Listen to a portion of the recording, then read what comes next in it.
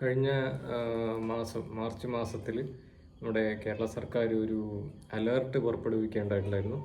അതായത് കേരളത്തിലെ 5 ജില്ലകളിൽ നിപ്പ സാധ്യത ഉണ്ട് എന്നുള്ള അലേർട്ടാണ് കേരള സർക്കാർ തന്നെ പുറപ്പെടുവിച്ചത്. അതിൽ പ്രധാനമായിട്ടും കോഴിക്കോട് ജില്ലയിലെ ജാനകിക്കാട് എന്ന് പറയുന്ന സ്ഥലമുണ്ട്. അതിന് ചുറ്റുമുള്ള 5 ജില്ലകളെയാണ്, അതായത് കണ്ണൂർ ജില്ല, കോഴിക്കോട് ജില്ല, പിന്നെ വയനാട് ജില്ല, മലപ്പുറം ജില്ല, പിന്നെ എറണാകുളം ജില്ലയും കൂടി പെടുത്തിയിട്ടുണ്ട്. അങ്ങനെ 5 ജില്ലകളിൽ നിപ്പ സാധ്യതകളുണ്ട് എന്നുള്ള രീതിയിൽ. കാരണം ഈ വവ്വാലുകളുടെ പ്രജനന കാലഘട്ടമാണ് ഈ മാർച്ച്, ഏപ്രിൽ, മെയ് അങ്ങനെയൊക്കെയുള്ള സമയം.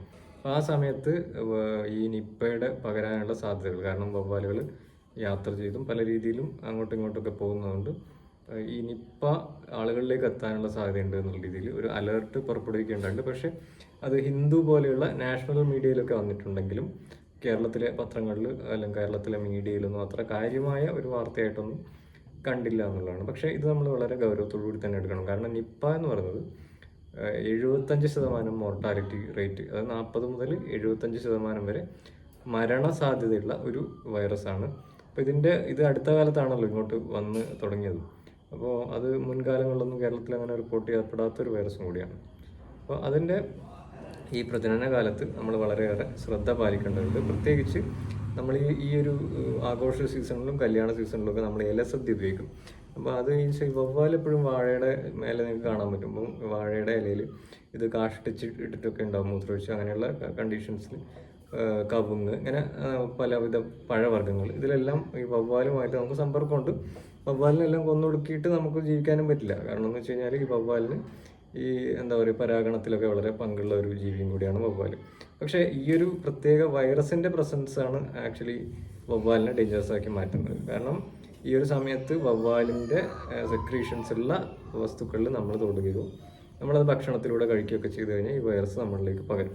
അപ്പോൾ ആ സമയത്ത് പ്രത്യേകിച്ച് നമ്മൾ ഇലസദ്യ കഴിക്കുമ്പോൾ ആ ഇല വൃത്തിയുള്ളതാണോ എന്ന് ഉറപ്പ് വരുത്തേണ്ടത് ഓരോരുത്തരുടെ ഉത്തരവാദിത്തമായിട്ട് വരും.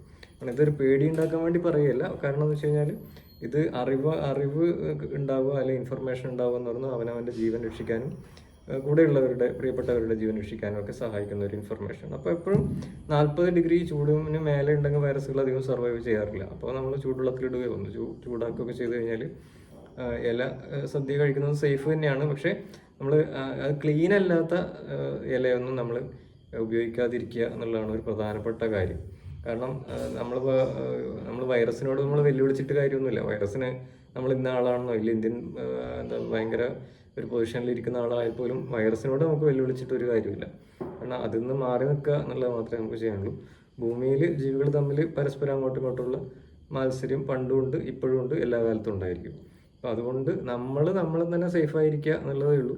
അപ്പോൾ അതിൽ ഇങ്ങനെയുള്ള കാര്യങ്ങൾ നമ്മൾ ശ്രദ്ധിച്ചു കഴിഞ്ഞാൽ, അതായത് നമ്മളെപ്പോഴും ക്ലീൻ ആയിരിക്കുക, നമ്മുടെ കൈകൾ വാഷ് ചെയ്യുക, അങ്ങനെയുള്ള കാര്യങ്ങളൊക്കെ നമ്മൾ ചെയ്തു കഴിഞ്ഞാൽ ഈ അസുഖങ്ങളിൽ നിന്നൊക്കെ നമുക്ക് മാറി നടക്കാൻ പറ്റും. അപ്പോൾ ഇലസദ്യ ഏറ്റവും ഇന്നത്തെ കാലത്ത് നമുക്ക് ഇലസദ്യക്ക് വരെ നമുക്ക് പേപ്പർ ഇലയിലൊക്കെ കഴിക്കാമല്ലോ. അതേ ആംബിയൻസ് നമുക്ക് ക്രിയേറ്റ് ചെയ്യാം. അപ്പോൾ ഇല ഉപയോഗിക്കുന്നുണ്ടെങ്കിൽ നമ്മൾ എന്ത് ചെയ്യണം, അത് കൃത്യമായിട്ട് ക്ലീനിങ് ചെയ്തതാണ് ഇലയാണ് എന്ന് നമ്മൾ ഉറപ്പ് വരുത്തണം. അല്ലാതെ നമ്മുടെ വീട്ടിലൊരു സദ്യ കഴിച്ചുകൊണ്ട് വേറൊരാൾക്കൊരു അസുഖം വന്നു കഴിഞ്ഞാൽ നമുക്ക് വിഷമമല്ലേ. സോ അതുകൊണ്ട് എല്ലാവരും വേണ്ട ജാഗ്രത എടുക്കേണ്ടതുണ്ട്. ഈ അലർട്ടുകളെ കാര്യമായിട്ട് സീരിയസ് ആയിട്ട് തന്നെ കാണേണ്ടതുണ്ട്. See U.